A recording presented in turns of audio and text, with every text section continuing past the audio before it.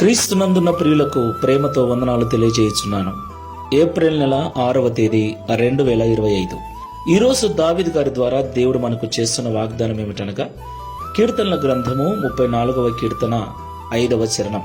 వారు ఆయన తట్టు చూడగా వారికి వెలుగు కలిగెను, వారి ముఖములెన్నడను లజ్జింపకపోవును. ఆమెన్. నా ప్రియమైన సహోదరి సహోదరులారా, వారి ముఖములెన్నడను లజ్జింపకపోవును అంటే వారి ముఖములు ఎప్పటికీ సిగ్గుపడవు అని అర్థం.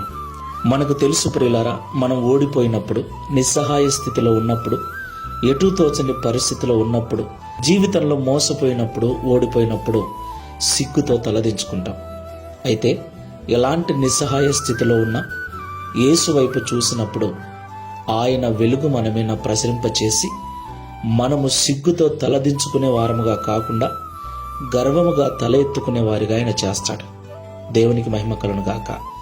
కాబట్టి ప్రియ సహోదరి సహోదరులారా, చీకటిలో ఉన్న వ్యక్తి వలె ఎటూ తోచని పరిస్థితిలో ఉన్నావా?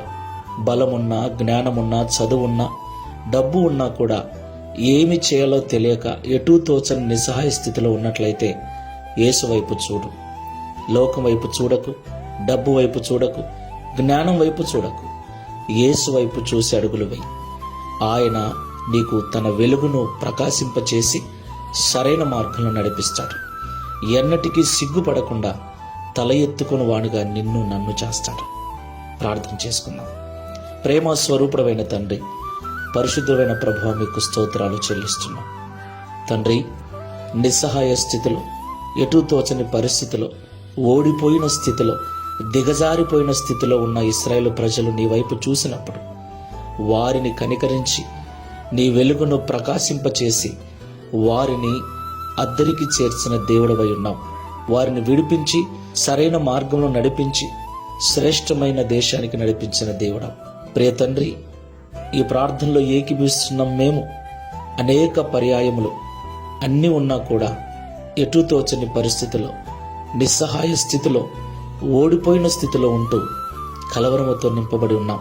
లోకం వైపు కాకుండా, డబ్బు వైపు, జ్ఞానం వైపు కాకుండా, మనుషుల వైపు కాకుండా నీ వైపు చూసినప్పుడు జీవపు వెలుగును మా మీద ప్రసరింపచేసి సరైన మార్గంలో నడిపించి విజయాన్ని మాకు అనుగ్రహించి మా ముఖములు ఎన్నడూ సిగ్గుపడకుండా మీరు మా ముఖములను పైకెత్తుకుని వారుగా చేస్తారని మాతో మాట్లాడినందుకు స్తోత్రాలు.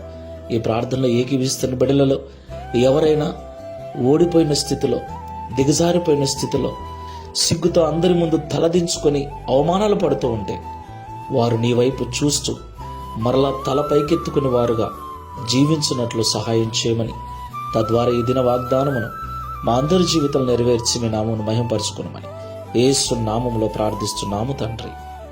ఆమేన్. Praise the Lord. God bless you.